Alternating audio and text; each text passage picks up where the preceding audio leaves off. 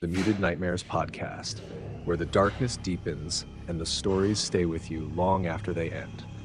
Tonight, we have chilling tales that will echo in your mind. So settle in, turn down the lights, and let's get started.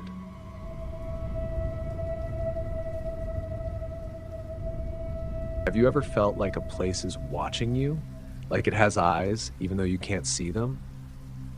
That's what it was like with the Blackthorn estate.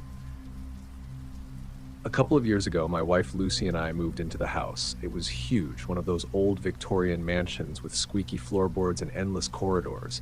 From the moment we stepped inside, it felt alive. At first, I chalked it up to the quirks of an old house. Old places settle, they creak, they groan. But this house, it didn't just creak, it spoke. I first noticed it when I was unpacking in the kitchen. I made a casual comment, something like, "We should repaint this room." A minute later, I heard it. Quiet, but unmistakable. "Repaint this room." It came from nowhere. Lucy brushed it off when I told her. "It's just the way the sound bounces around in here," she said. I wanted to believe her. I really did. But the more time we spent in that house, the stranger things became. At first, it was harmless. The house would repeat things we said, sometimes immediately, sometimes hours later. Weird, sure, but I could rationalize it away, acoustics or my imagination. But then, it started getting darker. One night, as I was brushing my teeth upstairs, I heard it again. "Repaint this room," it whispered. But this time, it wasn't just an echo. The voice was distorted, warped, and it wasn't my voice. I swear to you, it wasn't mine. It was someone else's. That's when Lucy started hearing it too. She'd hear it late at night, sometimes repeating things we'd said, sometimes saying things we'd never uttered. One night, while we were watching TV, I joked, "We should get a dog to make this place feel less empty." At 3 a.m., as I drifted off to sleep, I heard it again. "Get a dog, get a dog." But this time, the voice was deeper, slower, and Lucy heard it too. She woke me up, pale as a ghost. "That's not your voice," she whispered. And she was right. One evening, the house echoed something back that made my blood run cold. It sounded exactly like my dad's voice. My dad's been dead for years. Lucy was the first to point it out. "That's your dad, isn't it?" she said. I didn't want to believe her, but the more I listened, the clearer it became. The house wasn't just repeating us, it was imitating people we knew. And then it started saying things we'd never said. One night, I called out to Lucy from the study, "I'll be up soon." The house responded, perfectly mimicking my voice, "You won't make it." I ran upstairs. Lucy was standing in the doorway, shaking. "Did you hear that?" she asked. Of course I did. How could I not? At that point, I had to know what was going on. I dug into the house's history, and what I found still chills me to the bone. The Blackthorn estate was built in the 1800s by a man named Arthur Grayson. He was obsessed with speaking to the dead. Rumor had it that he held seances in the house, trying to contact his late wife. When that failed, he went mad, locking himself in the house until he died. But the most disturbing thing I found was an old journal buried in the library. Grayson wrote that the house remembered everything, every word, every thought. He claimed it fed on the voices of its occupants, growing stronger over time. He even called it a living thing. I wanted to leave right then, but Lucy wasn't ready to give up on the house. Not yet. The night we decided to leave, the house didn't want us to go. As we packed, it started shouting. Not whispers this time. Screams. It threw our words back at us, overlapping them until it was deafening. Lucy yelled, "We need to go now." The house screamed in her voice, "You'll never leave." Doors slammed shut. The lights flickered. The air felt so heavy, like the walls were closing in. I grabbed Lucy's hand, and we ran for the back door. It was the only one still open. As we stepped outside, I swear the house whispered one last thing. "Come back." We never did. But sometimes, late at night, when everything is still, I hear it. The echoes. They're not as loud as before, but they're there. It's like the house is still calling me back, waiting for me to return. Do yourself a favor. If you ever find a place like that, don't go inside. Some houses weren't meant to be lived in.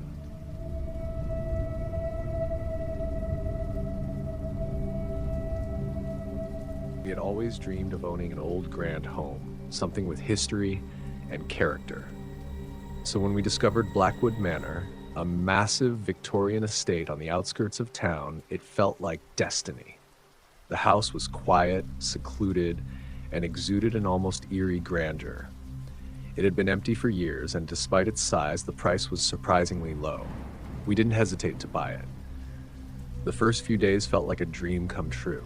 The high ceilings, the detailed woodwork, the majestic staircase spiraling upwards, it was everything we had hoped for. But something about it didn't sit right. I couldn't shake the feeling that the house was alive in some way, as if it was watching us, breathing with us. At night, the whispers began. They were faint at first, hardly more than soft murmurs, but they were there. I thought it was just the house settling. Old buildings make strange sounds, after all. But then I started hearing my name whispered from rooms I knew were empty. Sometimes I'd be in the kitchen, putting away dishes, and I'd hear a voice behind me, soft and almost too close. I'd turn, but there'd be no one. The whispers grew more distinct, becoming layered, as if many voices were speaking at once. "Come back," they would say. "Help us." The voices came from all directions, overlapping each other in a way that made my skin crawl. One night, after hearing it again, I turned to Lucy. "Did you hear that?" I asked, my voice trembling. She glanced at me, half laughing. "It's just the wind in the rafters. Old houses do that. You're probably imagining things." But I knew it wasn't the wind. I wasn't imagining it. Things escalated when the whispers started repeating things I'd said earlier, small, harmless phrases at first, like, "We need to repaint the hallway," or "I'll be up in a minute." It was my voice, but distorted, like it was coming from far away, echoing through the walls. Then, one night, as Sarah sat in the living room, I heard it, my own voice, calling out from the hallway. But this time, it wasn't just me. Another voice joined mine, my father's voice. I froze. My father had been dead for years. I rushed to the hallway, but there was no one there, just the eerie stillness of the dark house. That's when I knew. This wasn't just a house, it was something else. It was alive, feeding off our voices, absorbing us the more time we spent there. Determined to understand what was happening, I began researching the history of the house. In the library, I found an old journal belonging to the original owner, Arthur Grayson. Grayson was obsessed with communicating with the dead. He'd held numerous seances trying to contact his deceased wife. But when he failed, he descended into madness and locked himself inside the house, where he eventually died alone. The most chilling discovery, however, was something Grayson had written about the house itself. He believed it had a memory, a terrifying ability to retain every word, every thought that had ever passed through it. He called it a living thing that grew stronger over time, feeding on the voices of its inhabitants. The whispers weren't just echoes, they were trapped souls, voices of the people who had once lived in that house, and now the house was feeding on us. That night, we decided to leave. As we packed, the house grew furious. The air thickened, the walls trembled, and the whispers turned into screams, anguished wails that rattled our bones. The lights flickered, doors slammed shut with such force that I thought the house would collapse on us. I grabbed Sarah's hand, and we ran for the back door, the only one still open. But just as we stepped outside, the house whispered one final time, softer but filled with hunger. "Come back." We never returned. But even now, in the dead of night, when everything is still, I can still hear it, the whispers. They're faint now, but I know the house is still out there, waiting for us. It's calling for me.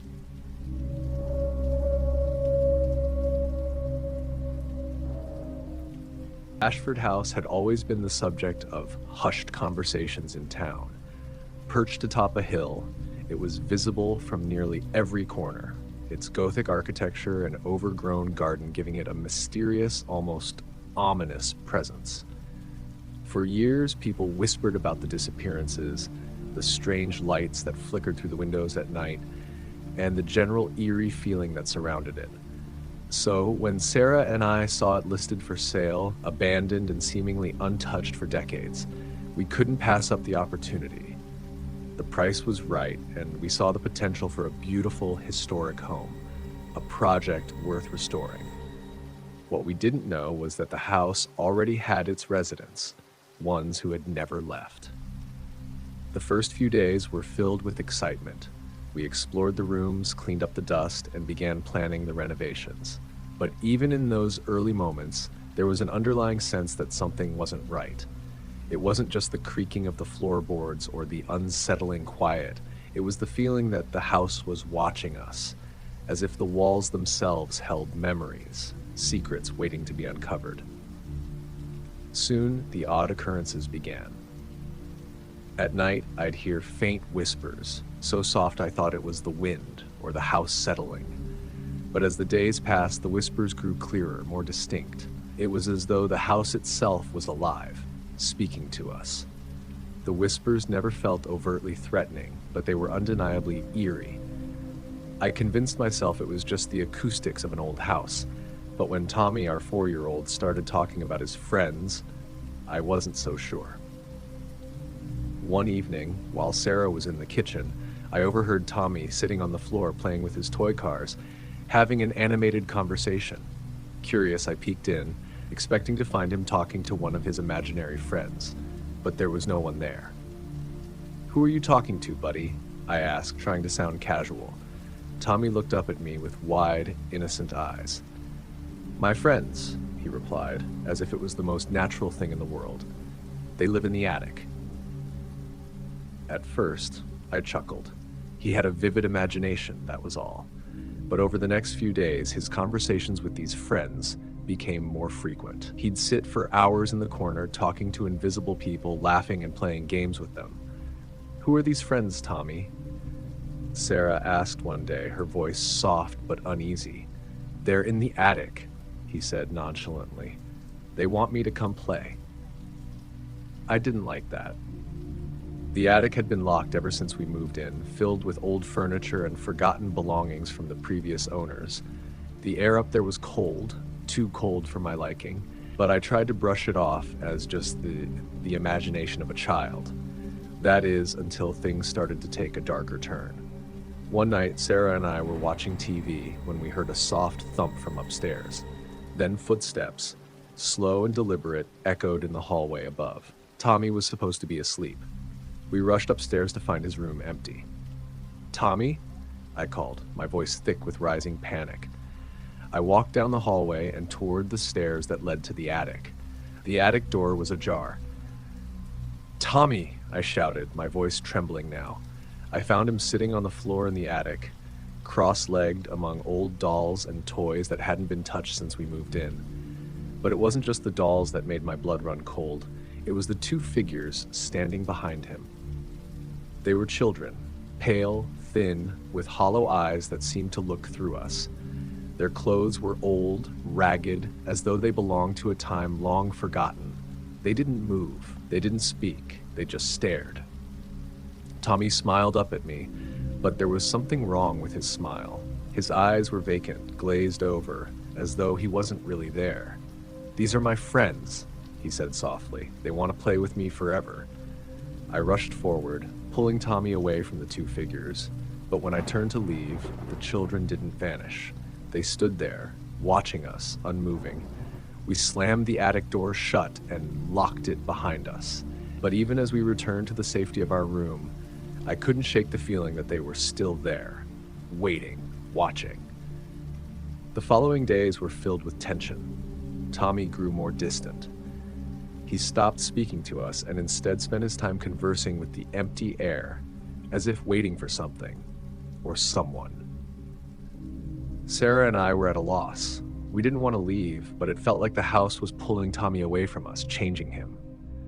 One evening, while I sat in the living room, I heard a soft tapping on the attic door, followed by the unmistakable whispers. They were faint at first, but then they grew louder, calling Tommy's name. I knew it was time to go. I packed up what little we could and rushed Tommy out of the house. The whispers followed us down the hall, growing louder, like a horde of voices trying to pull us back. We never spoke of Ashford House again, But sometimes when I close my eyes, I feel the weight of their watchful eyes on me. I can't shake the feeling that the pale children are still out there, waiting for Tommy to return.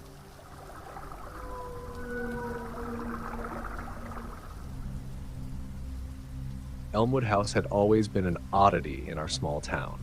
Tucked away on the outskirts, surrounded by dense woods, it was isolated from the rest of the neighborhood. From a distance, it looked like something out of a fairy tale.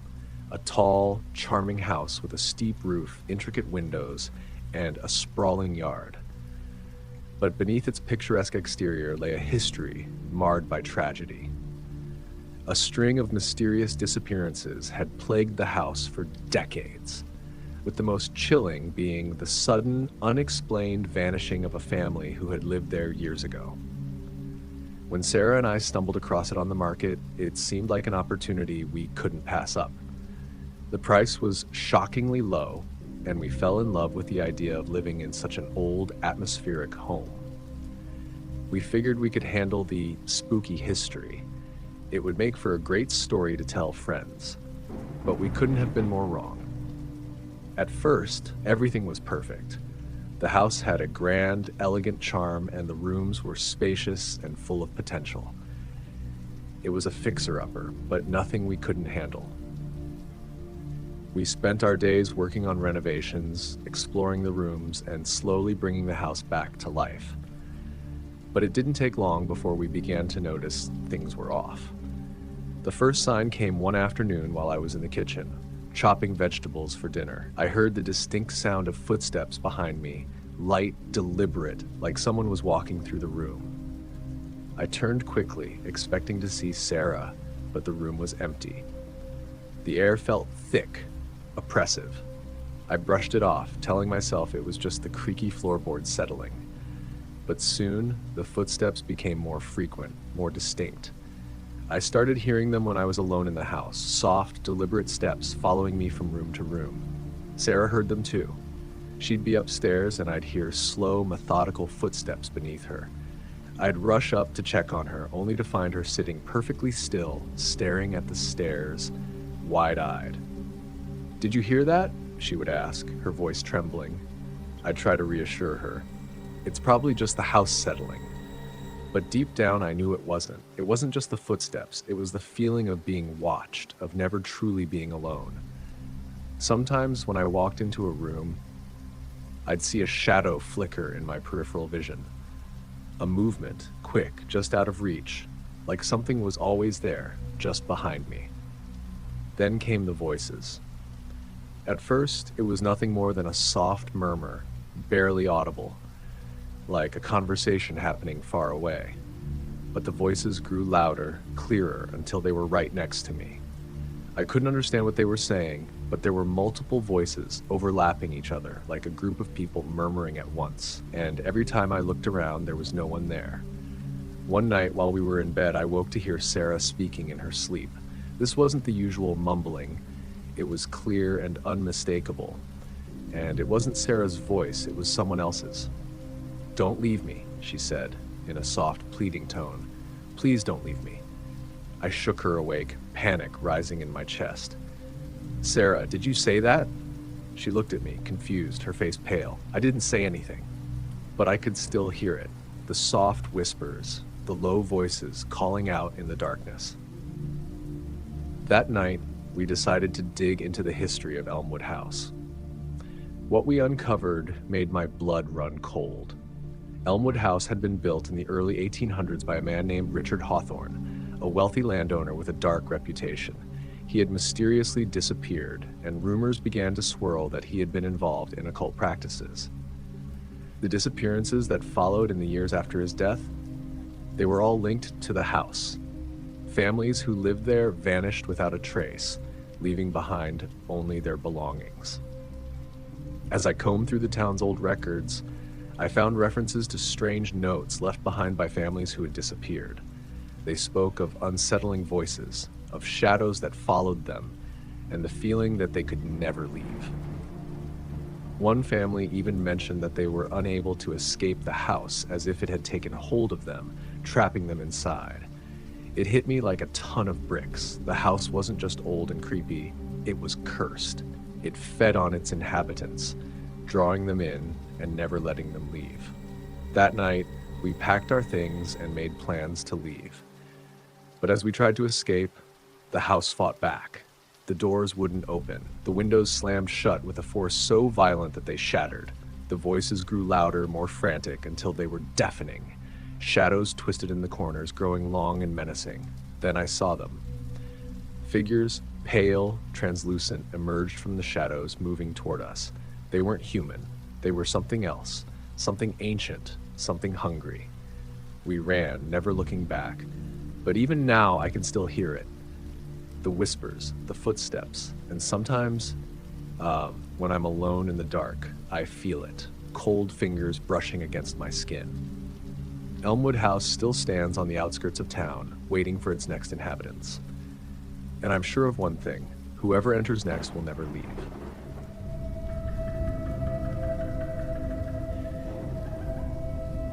It was late summer when we arrived in the small, isolated town of Wolf Creek. My brother Luke and I had been driving for hours, the sun beginning to dip behind the distant hills. We were on a road trip, aiming to explore places off the beaten path, and Wolf Creek seemed like the perfect stop. It was a town known for its quiet charm and local legends. Legends we would soon come to realize were not so easily dismissed. As we drove through the town, the air felt thick, heavy, almost as if it were holding its breath. The houses were old, weathered, and spread out, surrounded by thick woods that seemed to encroach on the road itself. The locals were a tight-knit group, their eyes lingering a little too long as we passed. We found a small motel at the edge of town, run by a woman named Hazel, who gave us a warm but unsettling smile as she checked us in. "You boys here for the festival?" she asked, her voice soft but with an edge, like she was trying to read us. We nodded. "Yeah, we thought we'd check it out." She raised an eyebrow. "It's not for everyone," she warned. "Stay close to the town, and whatever you do, don't go out past the woods. There's a reason we don't go past Wolf Creek after sundown." We looked at each other, confused, but she didn't offer more details. Instead, she handed us our room key and waved us off, a strange finality to her gesture. After a quick dinner at the local diner, we ventured toward the woods. There was a path that led into the trees, a well-worn trail that locals seemed to avoid. It was already getting dark, but we thought we might take a short hike. We figured we'd be back before the night fully set in. As we stepped onto the path, the air grew colder, the forest darker. The trees stood tall and imposing, their branches twisting like fingers reaching toward the sky. The further we went, the more the world seemed to close in around us, the quiet unnerving. I could hear the crunch of our boots on the forest floor, but no other sounds, no birds, no insects, nothing. "Maybe we should turn back," Luke said, his voice a little uneasy. I was about to agree when I heard something, a sound from deeper in the woods. At first, I thought it was an animal, but it was different. It sounded almost human. A low, guttural growl followed by a strange clicking noise. It sent a chill down my spine. "Did you hear that?" I whispered. But Luke was already staring ahead, his face pale. Ahead of us, at the edge of the trees, there was a figure. A man. No, not a man. His shape was wrong, his limbs too long, his back hunched. His eyes glowed faintly in the darkness, reflecting the dim light of the moon. He wasn't moving toward us, but he was watching us, his head tilted in an unnatural way. "Let's go. Now," Luke said, pulling me by the arm. We turned and ran, the clicking sounds growing louder behind us, echoing through the trees. I dared not look back, but I could hear something chasing us. Something large, heavy, moving faster than it should. The smell of earth and something rotting filled the air, and the sound of feet pounding against the forest floor seemed to match ours. When we reached the edge of the woods, we were out of breath, hearts racing, but the thing, was gone. It was as if it had melted back into the darkness. We didn't stop running until we reached the motel. Hazel was sitting outside, watching us with those sharp eyes as if she knew we were coming. "I told you," she said quietly. The woods are never safe after dark. We collapsed into our room, locking the door behind us. Luke sat on the bed, his face pale. What the hell was that? I shook my head. I don't know, but I don't think it was human. We spent the rest of the night in silence, but sleep didn't come easy. I kept hearing the clicking sound in my head, the echo of footsteps that weren't our own. The next day, Hazel was more direct. You saw him, didn't you? She asked as she handed us breakfast. The skinwalker. You boys were lucky to make it out. We looked at each other, confused. Skinwalker, I repeated. Hazel's eyes darkened. It's an old legend, the kind of thing you don't want to believe in until you see it for yourself. The skinwalkers are shapeshifters. They wear the skins of animals, wolves, bears, even people, to hide in plain sight. They've been known to stalk these woods for centuries. They're not just stories, they're real. I could feel the blood drain from my face as she spoke. But why? Why would they? They're cursed, she interrupted. Once a person is marked by one of them, they become part of it. They become the thing they hunt. It's a cycle that never ends, and when they take the skin, they don't just wear it. They become it. They walk among us, hidden in plain sight, until they're ready to strike. Luke and I sat in stunned silence, absorbing what she was saying. It sounded impossible, like something out of a horror movie, but the terror we'd felt the night before made it feel all too real. Is there a way to stop them? I asked, my voice shaking. Hazel nodded slowly. You can't stop them. You can only survive them. And the only way to know for sure if it's a skinwalker is if you see it change. They can't hide when they're in their true form. They're creatures of the night, but they wear the faces of those taken. It's like a part of them stays in the skin, and when you see the change, you'll know. To this day, I don't know what we saw that night.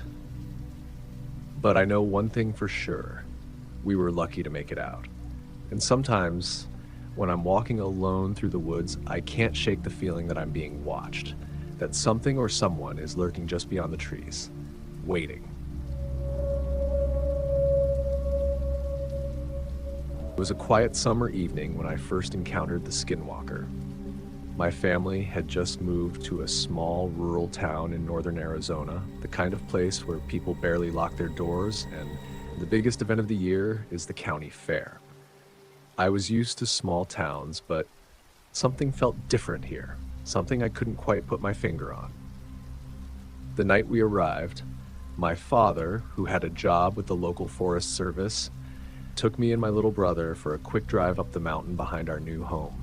It was a short trip. Just a winding road that led up into the thick pines. The view was stunning, and I remember thinking how peaceful the place seemed. We got out to stretch our legs, and my dad started pointing out different landmarks in the distance. That's when I saw it, something moving just beyond the tree line. It wasn't an animal. It was too large, and its movements were jerky, unnatural. At first, I thought it was some kind of bear, but it was walking on two legs. I froze, watching as the figure disappeared into the brush. Dad, did you see that? I asked, my voice tight. My father didn't respond at first, just continued pointing to the mountains. When I repeated myself, he turned to look at me, his face suddenly unreadable. It was probably a coyote, he said, a little too quickly. Let's get back to the truck. We didn't talk about it much after that, but something in the pit of my stomach told me it wasn't a coyote. The next few days went by in a blur of unpacking and settling in. But the unease I felt about the woods didn't fade. I started hearing things too. Noises outside my window at night, branches snapping, leaves rustling, footsteps in the gravel driveway. I tried to brush it off, thinking it was just wildlife. But it wasn't. I could feel it. Something was watching me. Something was waiting. One night, a few days later, I was lying in bed, struggling to fall asleep. The moon was bright, casting long shadows across my room, and the wind outside was picking up. That's when I heard it, a soft tapping at the window. I sat up, my heart hammering in my chest, thinking maybe it was a branch brushing against the glass. But no, it was deliberate, rhythmic. The sound of fingers tapping, one by one in quick succession. I crept to the window, my hand hovering over the curtain. For a moment, I considered calling out to my dad, but the thought of him brushing me off made my throat tighten. Slowly, I pulled back the curtain, and that's when I saw it. A man. No, not a man. Not anymore. He was standing just outside the window, his back slightly arched, his head tilted at an unnatural angle. His face was obscured by the moonlight, but I could see his eyes. They were glowing faintly, like they weren't quite human. And his skin, it didn't look right. It was stretched as though it was too tight over his bones, and it had a strange, waxy sheen to it. His lips were cracked, his teeth jagged, and when he smiled, I could see the hollow spaces in his cheeks where flesh should have been. I froze, too terrified to move, too terrified to breathe. Then, without warning, he took a step toward the window, his legs bending in an odd, angular way. His body was wrong, but it was moving like it wasn't. It was almost as if he was being controlled, as though he wasn't fully present in his own skin. I slammed the curtain shut and backed away from the window, my heart pounding so loud I thought it would burst. I didn't dare look again. I couldn't. But I could still hear him, standing there, tapping against the glass, like he was waiting for me to open it. I didn't sleep that night. I stayed huddled in bed, praying for morning, listening for any sign that he was still out there. But when daylight finally crept through the curtains, I found no trace of him. No footprints, no scratches on the window, nothing. But I knew what I had seen. It wasn't a man, and it wasn't an animal. It was something else, something far worse. The following days blurred together. I didn't tell my parents what happened. I wasn't sure they would believe me, and part of me wasn't sure I wanted them to. But the feeling of being watched didn't stop. If anything, it grew stronger. And then I started seeing things. Small glimpses at the edge of my vision, a shadow darting through the trees, a figure standing just out of sight, always in the woods. It felt like the trees themselves were alive, like they were hiding something. A week later, I went for a walk near the edge of the forest. I didn't plan to go far, just enough to clear my head. But as I walked deeper into the woods, I started to hear footsteps behind me. Slow, deliberate steps, just like the ones I'd heard outside my window. I turned around quickly, but there was nothing there. Just the trees, still and silent. I kept walking, telling myself it was just my imagination. But then I heard it again, closer this time, a low, guttural growl. Not an animal, but something deeper, more primal. My blood ran cold. I wanted to run, but I couldn't. I felt paralyzed. The growl came again, louder this time, right behind me. I spun around, my heart in my throat. And there, standing in the shadows of the trees, was the thing. It was no longer hiding. It was standing there in full view, its face twisted in a grotesque mockery of a human's. Its eyes were wide and unblinking, glowing with that same unnatural light. The skin was stretched too thin over its bones, like it was wearing someone else's flesh. And its hands were too long, the fingers bending at impossible angles. It stepped forward, its body shifting in a way that made my stomach churn. It wasn't walking, it was gliding, its feet barely touching the ground. It reached out a hand toward me, and that's when I realized the skin wasn't even its own. It was wearing someone else's. Someone who had been taken, who had been consumed by this thing. I ran. I didn't look back. I didn't care if I stumbled, if I fell, as long as I could get away. The footsteps behind me grew faster, closer. I could hear its breathing, ragged and wet, like it was savoring the chase. When I finally reached the edge of the forest, I collapsed, gasping for air. I didn't stop running until I was safely back home, the door slammed behind me. I never saw the thing again, but I could feel it. It was out there, somewhere. And I knew it wasn't just a thing of the woods. It was something that wore the faces of people it had taken, something that could move between the world of the living and the dead. And I knew deep in my bones that it would be back, because once you see a skinwalker, it doesn't let you go.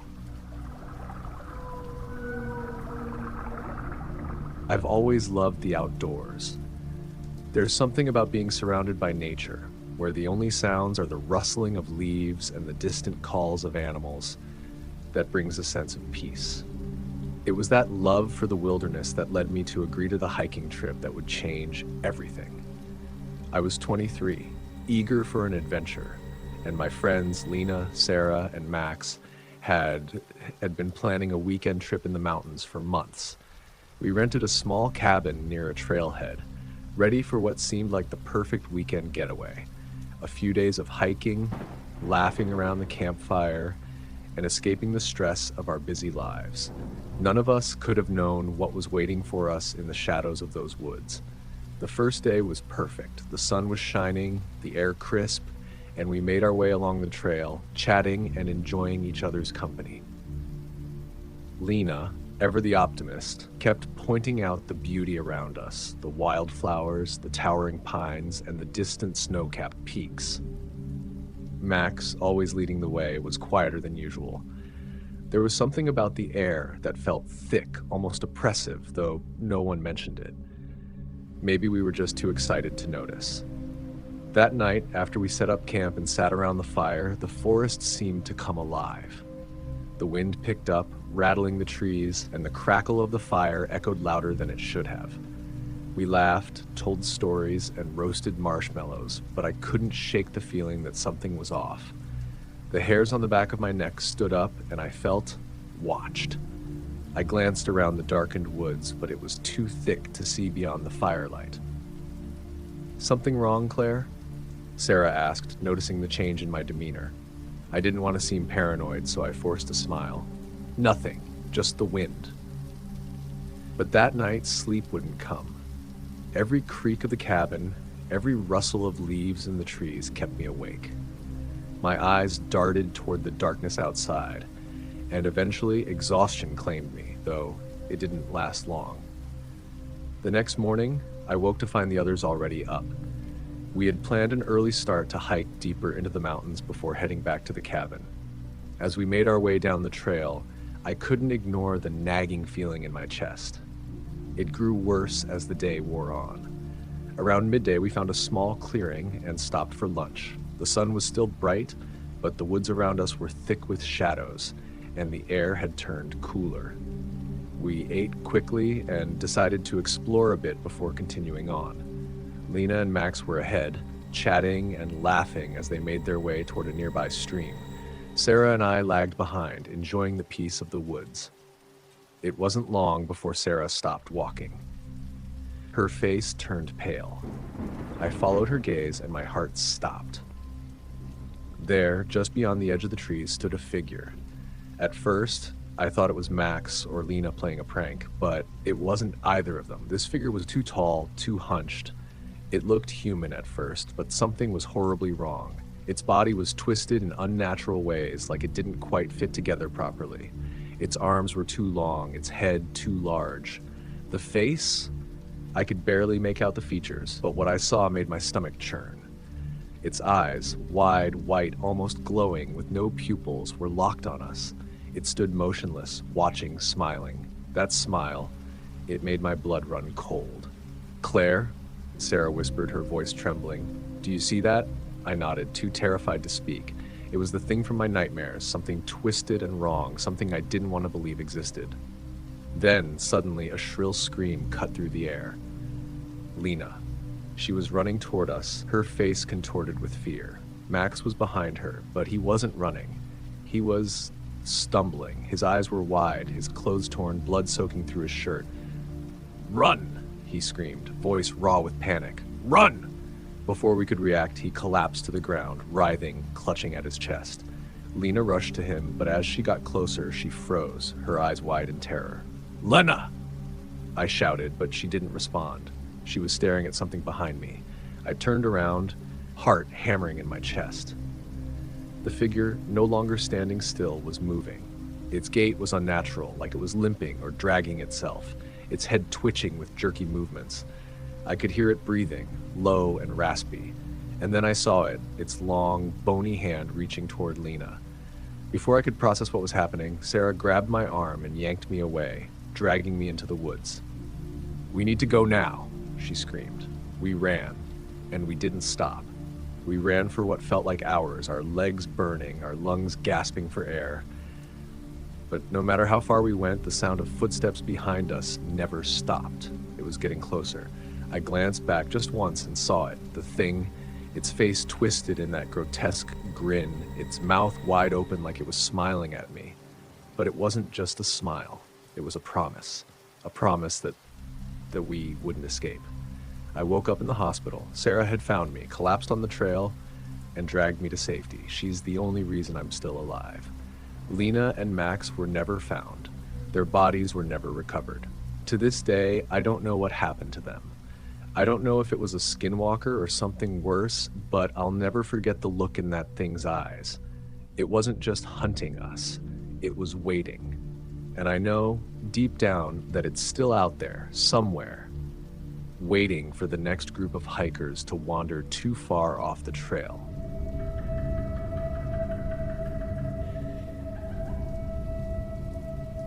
It was just another typical Friday night. Busy, a little chaotic, but not unusual. I'd just wrapped up another shift as a pizza delivery driver, zipping through town in my beat-up car, trying to get the orders out as quickly as I could. I'm a college student, working to pay bills and avoid dipping into my student loans any more than I have to.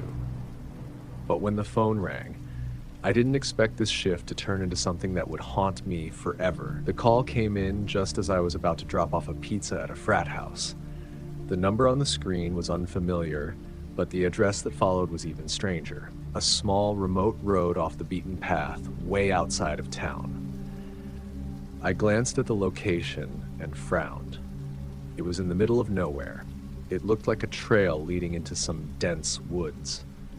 I delivered to some odd places before, but this one felt different. It was like the kind of place that was only on a map, because someone once thought about building something there but abandoned it years ago. The kind of place that shouldn't even exist. "Hey man," I said, my voice a little hesitant. "Are you sure you want the pizza delivered there? That's pretty far out of town. You sure you've got the right address?" There was a long pause, and then a low, gravelly voice came through the phone. Yeah, that's the right place. I'm waiting. Just hurry."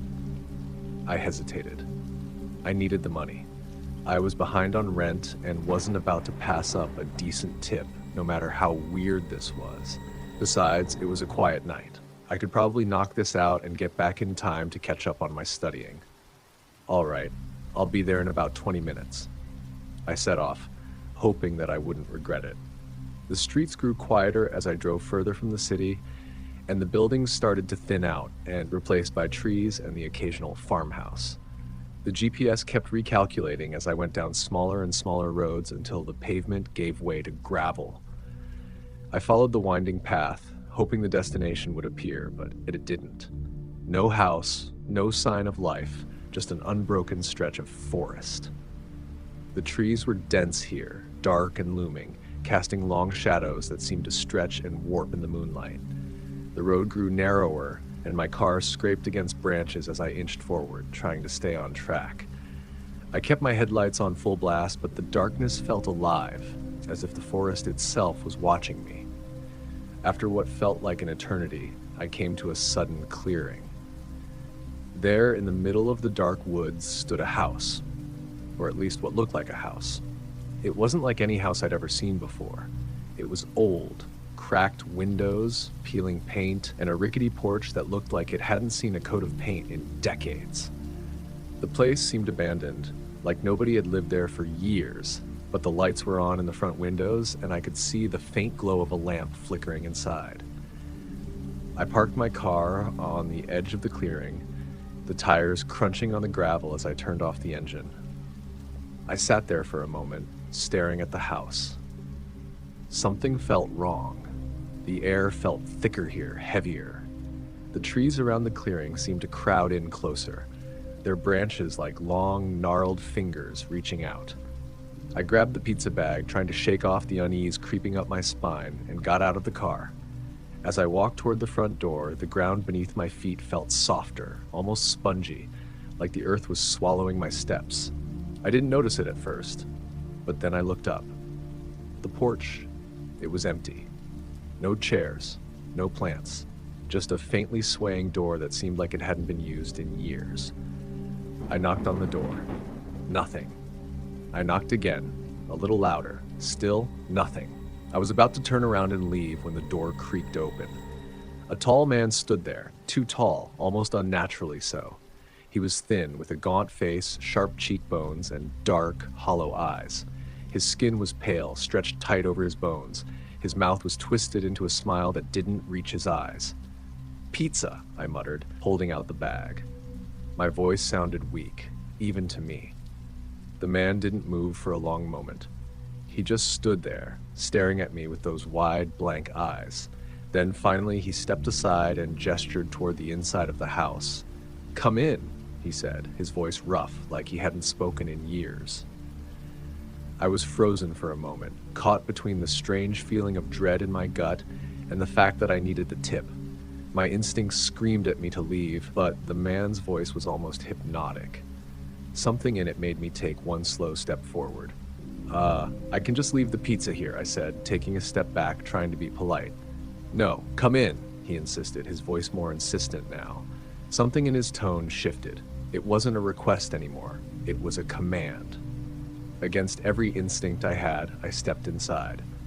The air inside the house was colder than I expected, and the smell, it was hard to place. It wasn't musty, like an old house should smell. It was something worse, something rotting. The floors creaked beneath my feet, and I could hear faint scratching sounds from somewhere deep within the house. "I'll take it," the man said, his voice lower now, almost a growl. "But first..." Before I could react, he stepped toward me, his long, bony fingers reaching out, and for the first time I saw his eyes, wide, white, and glowing, with no pupils. That was when I realized this wasn't a man. It wasn't human. The door slammed shut behind me with a deafening bang, and I spun around, my heart pounding in my chest. The house was no longer there. What had looked like a crumbling home was now nothing more than a hollow, skeletal frame, twisting in on itself, its walls distorting and shifting like they were alive. The man, or whatever it was still standing in front of me, grinning, his form flickering, changing. His limbs stretched unnaturally long, his face warping, his skin melting away into something else. I turned and ran, slamming into the walls, my breath coming in ragged gasps as I tried to find the door. I didn't dare look back, but I could feel it. Something chasing me, breathing down my neck, its presence like a cold, suffocating weight. I finally burst through the front door, but the clearing wasn't there. The trees, the forest, everything had disappeared. There was nothing but endless night. The road, the car, everything was gone. I was standing alone in a vast emptiness. And then I heard it, a voice low and guttural coming from behind me. "Leave now." I turned, but there was nothing there. No man, no house, just the thick, black woods closing in. The next thing I knew, I woke up in my car, still parked at the edge of the clearing, the pizza box still in my hand. I sat there, disoriented, my heart racing. I blinked and glanced around, but the house was gone. I never went back to that road. I don't know if it was a dream or if I stumbled into something that shouldn't exist, but I know one thing for sure. That man, or whatever he was, wasn't human. And I can still hear his voice sometimes, whispering low and distant, like the wind through the trees. "Leave. Now."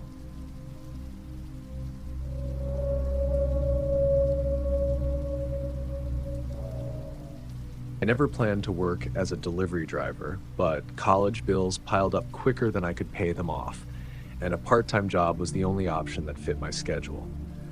The hours weren't great, but it helped keep the lights on.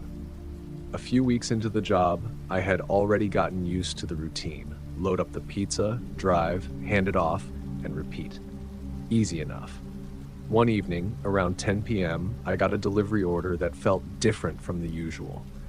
The address pinged on my phone, a house far out past the city limits, in the middle of nowhere.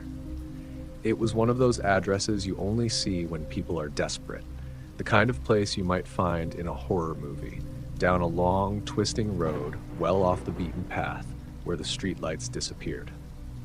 At first, I thought about passing on it. It was far from where I'd normally drive, and it wasn't exactly on my route. But the pay was decent, and I could use the tip. Plus, what was the worst that could happen? It was just a pizza delivery, right? The drive out there was unnerving. The usual suburban sprawl quickly faded into dense forest. The trees crowded the narrow road, their branches clawing at my car like they wanted to drag me off the path. My headlights flickered across the empty stretches, the car bouncing over the uneven gravel. I kept checking the GPS, my anxiety growing with each mile. The closer I got, the more the darkness seemed to swallow the road, and the more it felt like the world was closing in. Eventually, I saw a house up ahead, standing alone in the middle of the woods.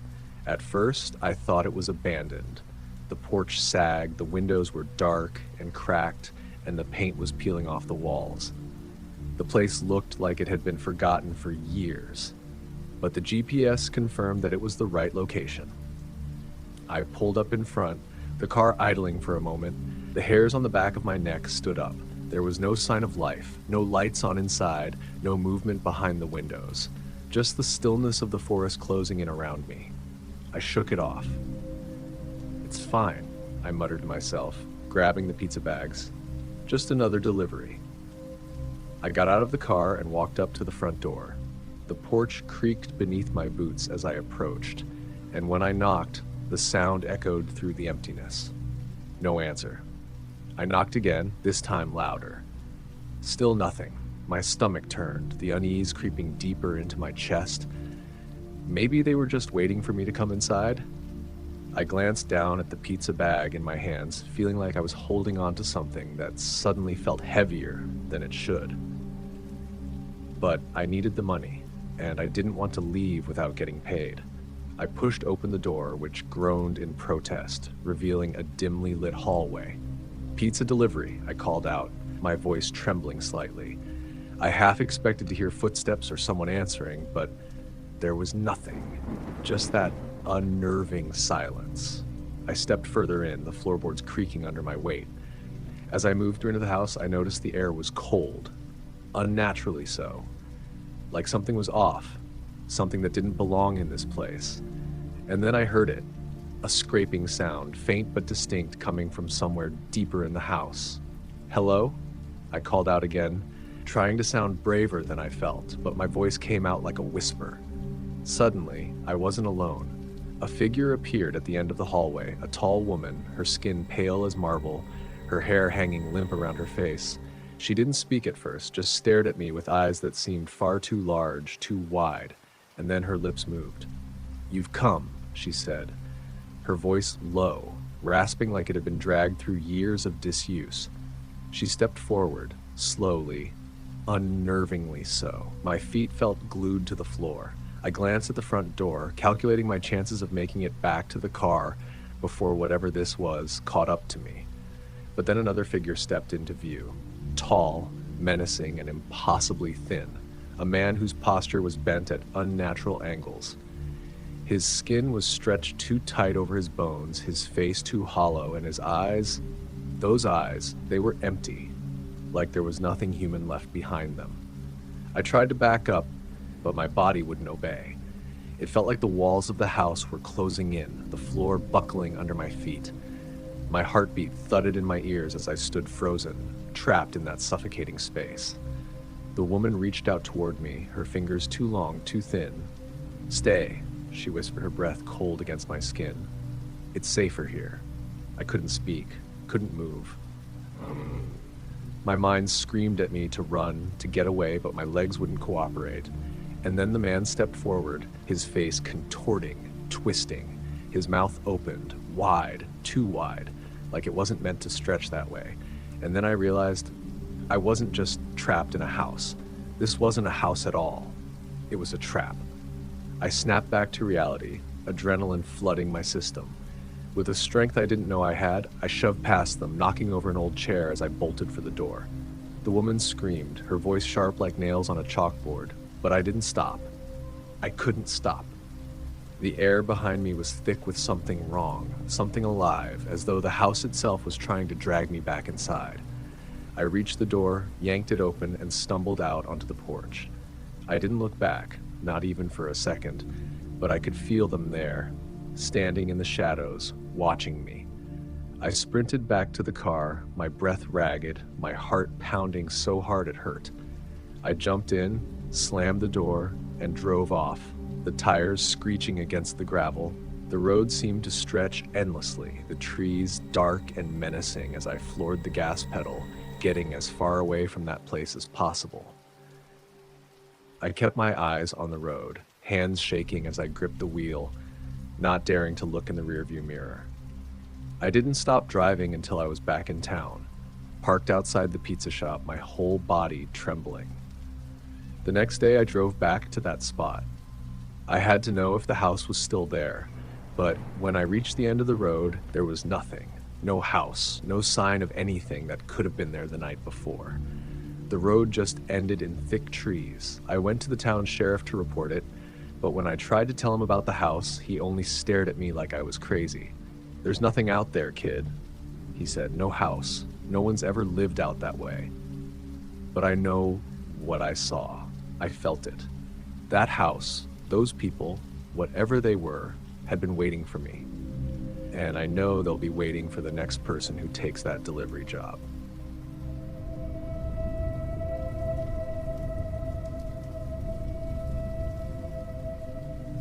It had seemed like a perfect opportunity. After years of cramped city living, my family was ready to make a change.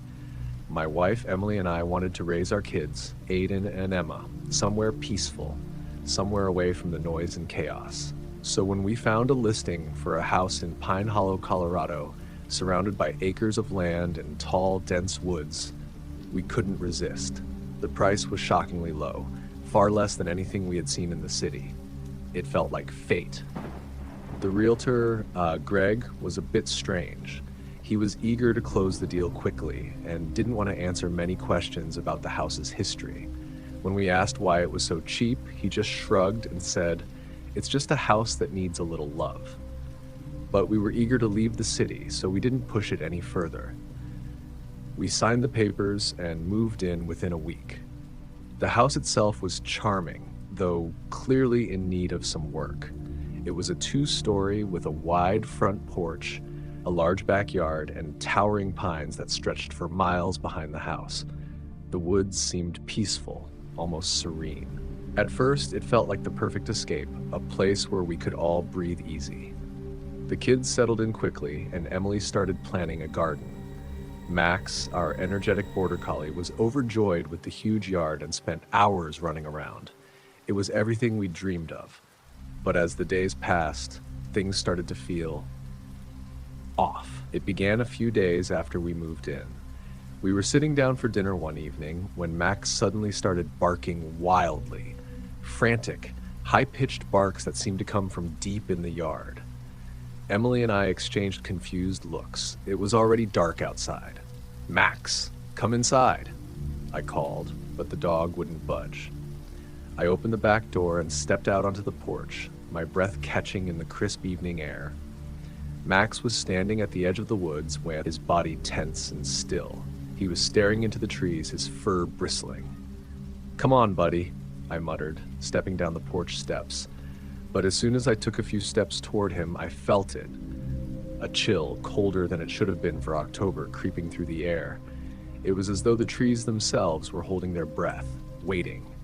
Max didn't move. His eyes were locked on something deeper in the woods. I called to him again, but he didn't respond. Then, suddenly, he turned and bolted back toward the house, tail tucked between his legs, eyes wide with fear.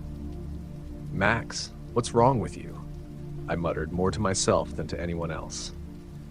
I shut the door behind me and went back to the table, but something was gnawing at me. I couldn't shake the feeling that the woods behind the house weren't as harmless as they seemed. That night, Max refused to sleep inside. He paced around the back door, whining and scratching at it. I figured he was just being stubborn, but when I let him outside again, he ran straight for the woods and refused to come back. Over the next few nights, the same thing happened, Max barking wildly at the same time every night. But it wasn't just barking. It was desperate, frantic. One evening, when the barking started again, I decided to go out and investigate. I grabbed a flashlight and stepped outside. The wind had picked up, the trees creaking and groaning in the growing dark. Max was standing at the edge of the woods, staring into the blackness. I called to him, but he didn't move. The air felt thick, almost suffocating. The usual sounds of nighttime, crickets, owls, were gone. The woods were silent. A sudden gust of wind ruffled the trees, sending a shiver down my spine. That's when I heard it, whispers, soft and distant, coming from deeper in the woods.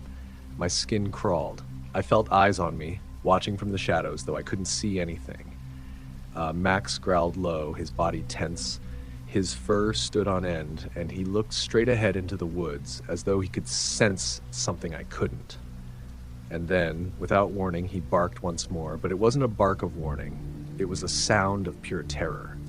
A loud crack echoed through the trees, followed by a deep, guttural sound that made my heart race. Something was moving in there. Something large. I spun around, aiming my flashlight toward the noise. But there was nothing, just darkness. And then I saw it. At the edge of the tree line, barely illuminated by my flashlight, was a figure. It was tall, unnaturally tall and thin, its limbs stretching out at strange angles, almost like they were too long. Its face was obscured by a mass of dark, matted hair, but its eyes, those eyes were the most horrifying part. They glowed, faintly at first, but then more intensely, like twin orbs of pure white light. It was staring directly at me, unblinking, unmoving. Max growled again, but this time it was quieter. He was too afraid to bark, too terrified to move. I stood frozen in place, the flashlight shaking in my hand, my heart pounding in my chest. The figure didn't move. It didn't speak. It just stood there, watching me. I knew deep down that it wasn't human. No human could be that tall, that wrong. But still, I couldn't tear my eyes away. I couldn't look away from those glowing eyes. A cold wind picked up again, and the trees swayed as if something were moving just out of sight. I felt a sense of dread unlike anything I had ever experienced. The whispering from the woods grew louder. Voices, too many voices, speaking in a language I didn't understand.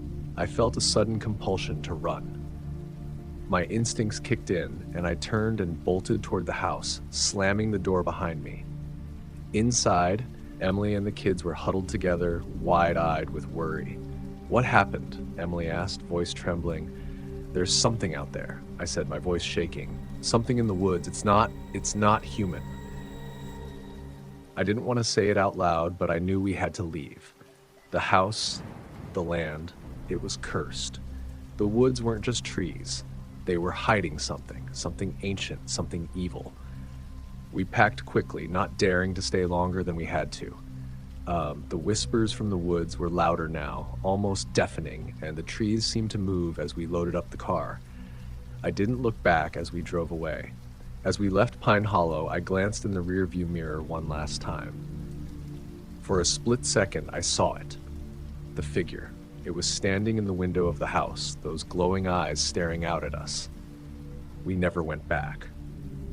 The house was sold again within a few months. The realtor never mentioned anything about the strange occurrences, but we knew the truth. The house was cursed. The woods were alive with something dark, something that waited for the next family to make the same mistake we did. And Max, our loyal border collie, never stopped barking at 3 a.m. Hello, fellow listeners. Thank you for listening. Hopefully you've enjoyed this episode of the Muted Nightmares podcast. I truly am thankful for you sticking around till the end. If you'd like me to continue posting these terrifying, bone-chilling stories, be sure to subscribe to the channel and hit that notification bell. See you next time on the Muted Nightmares podcast.